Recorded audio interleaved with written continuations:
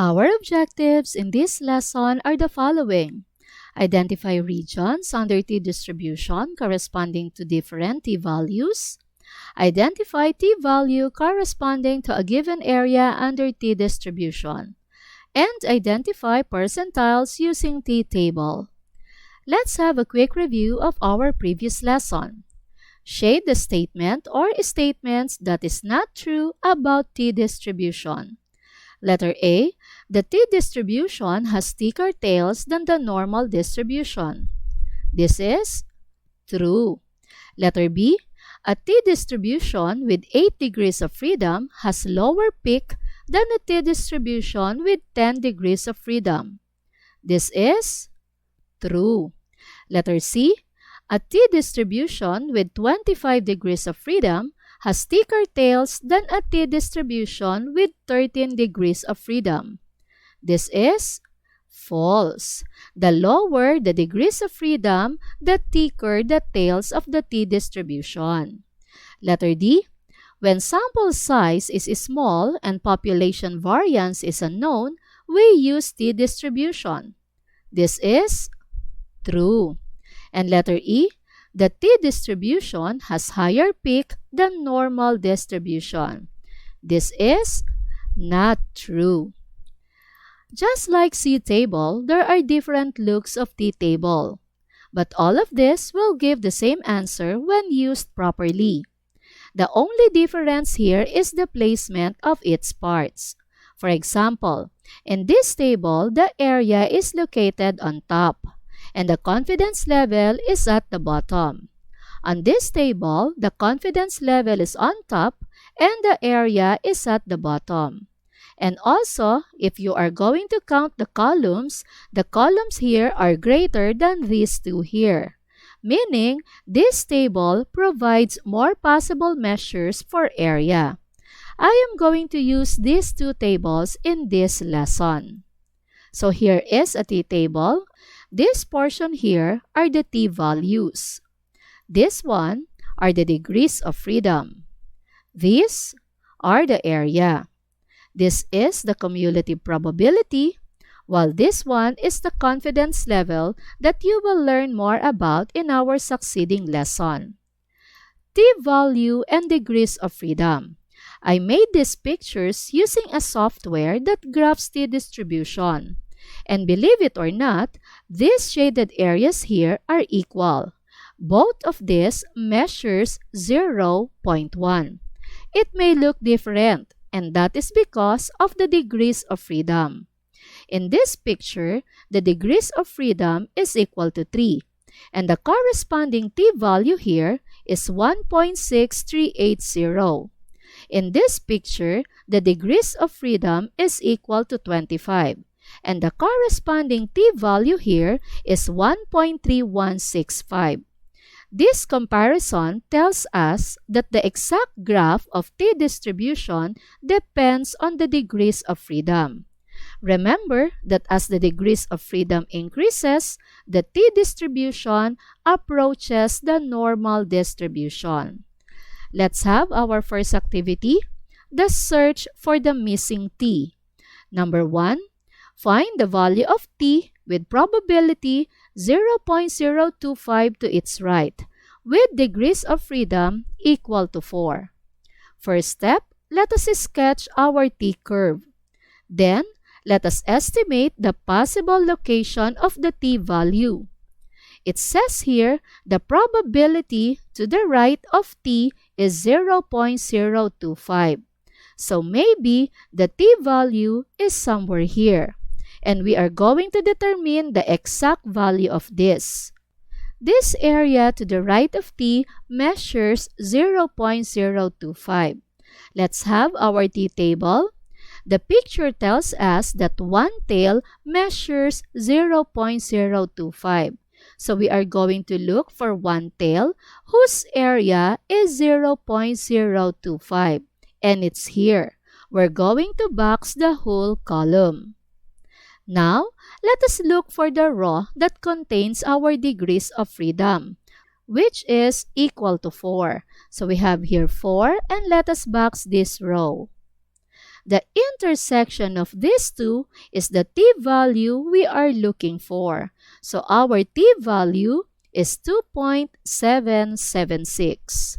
Another one, find the value of t with area of 0.05 on its left and sample size n is equal to 11.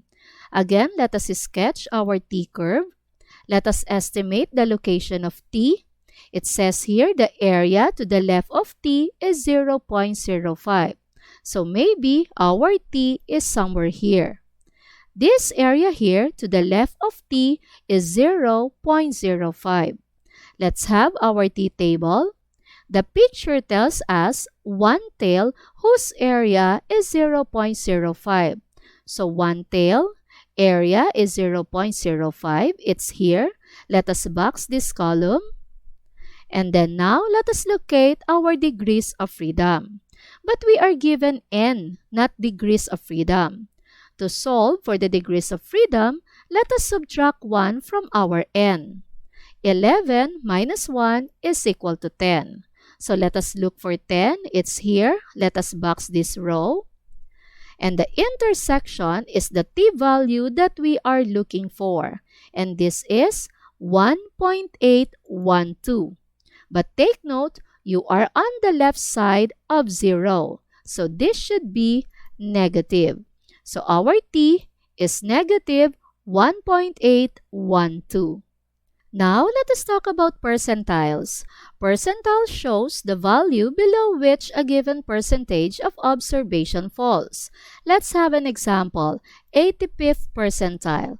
I drew this figure using a software, and this is 85th percentile. It is the t-value, in this case, 1.03652, where left tail is 85% or 0.85. It says here, percentile shows the value below which a given percentage of observation falls. So 85th percentile means 85% of the distribution falls below it. If this is 0.85, then this area to the right is 0.15. How do we interpret percentile? Percentile compares a particular score with the scores of the rest in a group. It shows the percentage of scores that a particular score surpassed. So, if your test score is 85th percentile, it means that you scored better than 85% of all the test takers. It also means that 15% scored the same or better than you. Let's have our next activity, finding nth percentile. Number 1, find the 90th percentile where n is equal to 6. So again, let's have our t-curve and let us estimate where 98th percentile is. Starting from the leftmost side up to the middle is 50th percentile because half of the t-curve is 50%. A rough estimate of 98th percentile would be here. Let us put a mark on here, and we will determine the corresponding t-value later. Let's have our t-table. 98th percentile corresponds to 90%. Converting this into decimal, let us move the decimal point 2 places going to the left. So this will be 0.90. So 0.90 is the area here. Look for it in the cumulative probability, 0.90. It's here. Let us box this column. To check, compute for the area of this tail. If this is 0.90 and the total area of the curve is 1, then 1 minus 0.90 is 0.10. That is the area of this right tail. So let us look for one tail whose area is 0.10 and it is on the same column of 0.90 cumulative probability. Now, let's look for the row of our degrees of freedom. Again, we are given here n, so degrees of freedom is n minus 1. 6 minus 1 is equal to 5. So here is 5. Let us box this row. The intersection is the t-value we are looking for. So it means our t-value is 1.476. Let's have another example. Find the 15th percentile where degrees of freedom is equal to 4. Let's have our t-curve.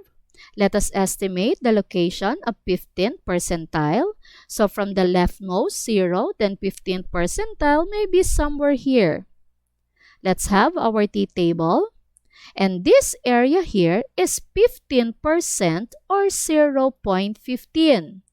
This picture tells us one tail whose area is 0.15. So let's have one tail and look for 0.15. It's here. Let us box this column.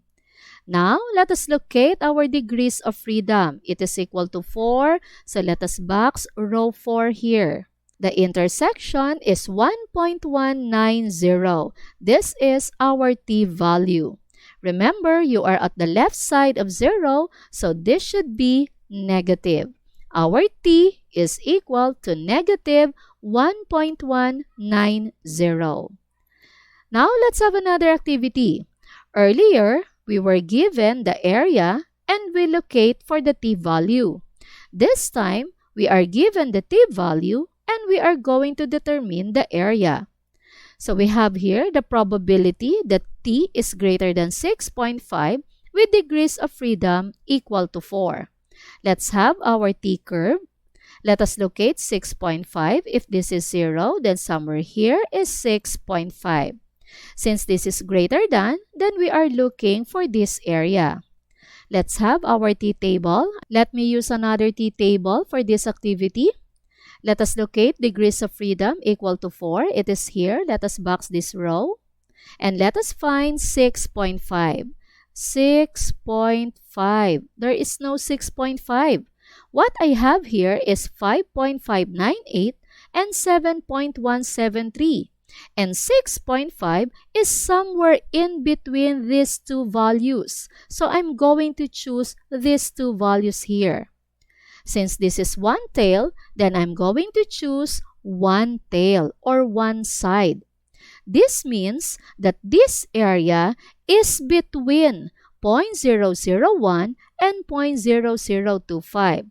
Take note of the arrangement here. As it goes to the right, the area gets smaller. So 0.001 is smaller than 0.0025.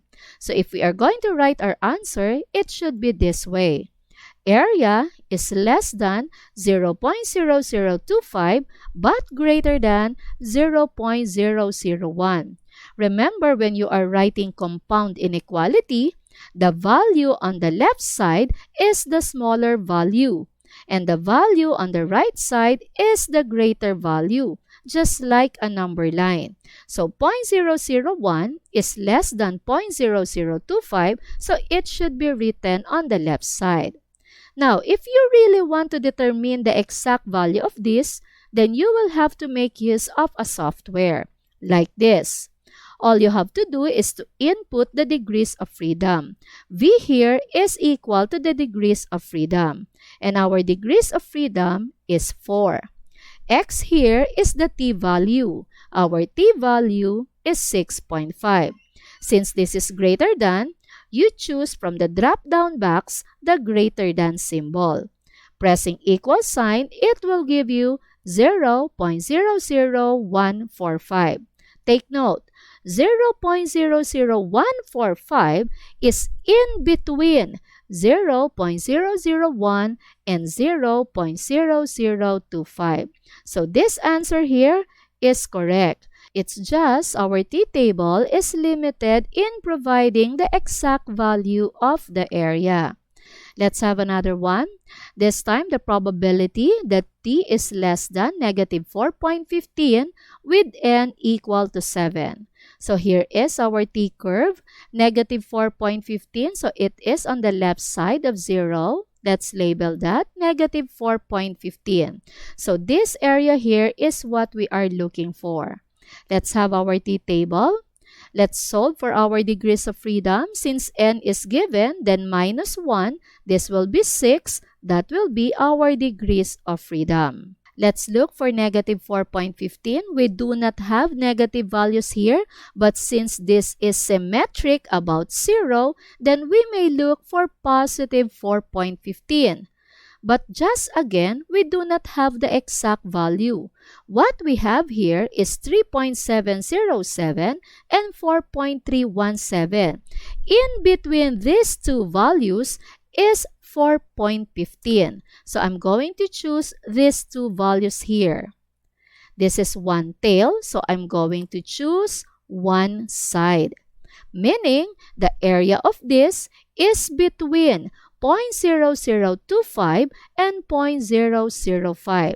Be careful in writing your answer. The area is less than 0.005 but greater than 0.0025. 0.0025 is less than 0.005, so it should be written on the left side. And 0.005 is greater than 0.0025, so it should be written on the right side. To look for the exact value of this area, let's make use of a software. Our degrees of freedom is 6. Our t-value is negative 4.15. Since this is less than, we're going to choose from the drop-down box the less than symbol. And this is 0.00301. And this is indeed in between 0.0025 and 0.005. Let us do extra challenge. Find the 2.5th and 97.5th percentile with degrees of freedom equal to 6. So let us sketch our t-curve. We have here 2.5 and it corresponds to 2.5%. Converting this to decimal form, let us move our decimal point 2 places going to the left. So this will be 0.025. So this means this area here is 0.025 and we are going to look for this t value. Now, we have here 97.5th percentile. Let us estimate the location of this. This is 50th percentile, then somewhere here is 97.5th percentile. We are also going to look for the corresponding t-value. 97.5th percentile corresponds to 97.5%. Moving 2 places, going to the left, this will be 0.975. This 0.975 is from here up to here. How about this area? What is the measurement of this? If the total curve is 1, then we are just going to subtract 0.975 from 1. And this will give us 0.025. So the measure of this area here is also 0.025. Let's have our t-table. Do not be confused. Not because you are seeing 2 tails here, then you are going to choose 2 tails. Remember that each tail measures 0.025. So look for one tail whose area is 0.025 and it's here. Let us box this column. Ma'am, can't we use 2 tails? You can, but add the 2 areas. 0.025 plus 0.025 is 0.05. It is also in the same column. Now, for the degrees of freedom, that is equal to 6. And the intersection is 2.447. So this is 2.447, but on the left side, so this is negative. This one, positive 2.447. So our t-value is positive and negative 2.447. Let's have another one. Find the area to the left of t equals 1.8. N is equal to 6. Let us sketch our t-curve. Let us locate 1.8. If this is 0, then somewhere here is 1.8. Area to the left, so this side. Let's have our t-table. Our n is equal to 6. The degrees of freedom is n minus 1. So 6 minus 1 is equal to 5. Let us box degrees of freedom equal to 5. Let us locate 1.8. We do not have exact 1.8 here, but instead we have here 1.476 and 2.015. This is just one side, so I'm going to choose one-sided probability. It says here that the measure of this area is between 0.05 and 0.10. But obviously, this area measures more than 0.5. It is greater than the half of our t-curve. But why is it 0.10 and 0.05? This area here is actually the area on the right tail. Area is less than 0.10 but greater than 0.05. But we are looking for this. So how are we going to solve for this area? The total area of a curve is 1. So what am I going to do is to subtract these values from 1. So I'll start from here. 1 minus 0.10 is 0.90. And 1 minus 0.05 is 0.95. So this means this area is between 0.90 and 0.95. So again, be careful in writing compound inequality. The lesser value should be on the left side and the greater value should be on the right side. To determine the exact value of this area, let's make use of a software. Our degrees of freedom is equal to 5 and our t-value is positive 1.8. This is area to the left, so we're going to choose less than here. And this gives us 0.93412. And this area is between 0.90 and 0.95. For my quick tips, when sample size n is given, don't forget to subtract 1 for degrees of freedom. When identifying t-value, follow these steps here. First, sketch the t-distribution. Put a mark on the t-value you are looking for. Then shade the given area to help you analyze the problem. Third, based on the shaded area, decide on what area to look for, one tail or two tail. Next, choose the corresponding column for the area needed. Number 5, box the row containing the given degrees of freedom. And finally, find the intersection of your answer in numbers 4 and 5. When identifying the area, follow these steps. Sketch the t-distribution, put a mark on the given t-value. Shade the given area to help you analyze the problem. Box the row containing the given degrees of freedom. Look for the given t-value. Look for the corresponding area of the given t-value. And check your answer using a software that computes area of t-distribution. Now, it is time to check your understanding. Pause this video for more time.